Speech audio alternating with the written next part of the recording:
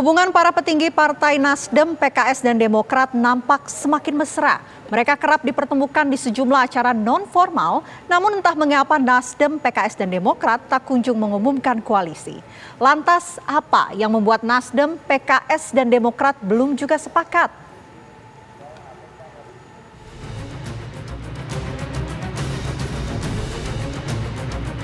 Partai Nasdem, PKS, dan Demokrat digadang-gadang akan membentuk koalisi.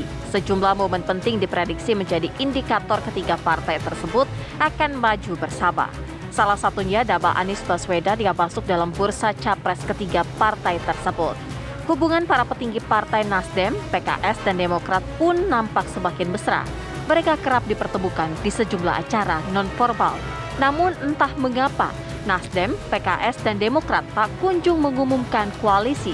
Ketiga partai tersebut begitu alot meyakinkan diri untuk berjalan bersama di Pilpres 2024. Tak sedikit bahkan yang memprediksi kemesraan Nasdem, PKS, dan Demokrat tak akan berakhir pada kata koalisi.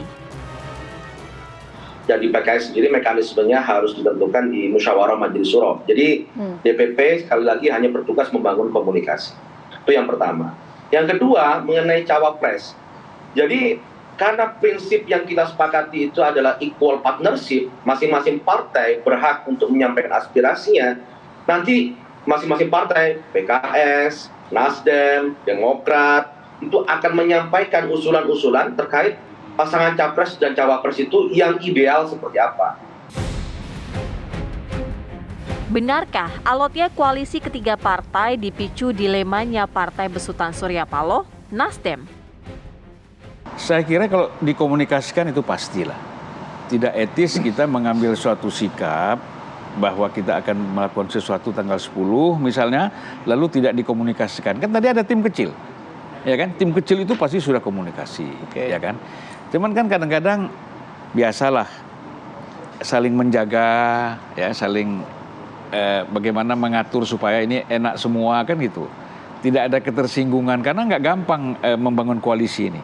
Ya, dengan latar belakang terus terang saja latar belakang ideologi kita sama, tetapi latar belakang politik kita kan berbeda. PKS di mana basisnya, Nasdem di mana, terus kemudian Demokrat juga ada basis yang agak berbeda dengan kita, walaupun ada titik singgung, ya kan?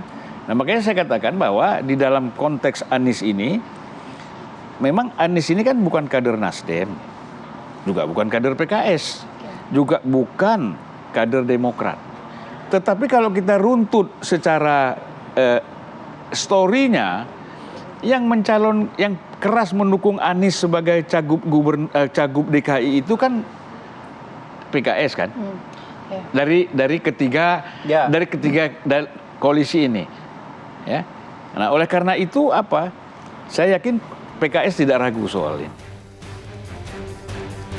Akankah Nasdem, PKS, dan Demokrat segera resmi berkoalisi? Tim TV One mengabarkan.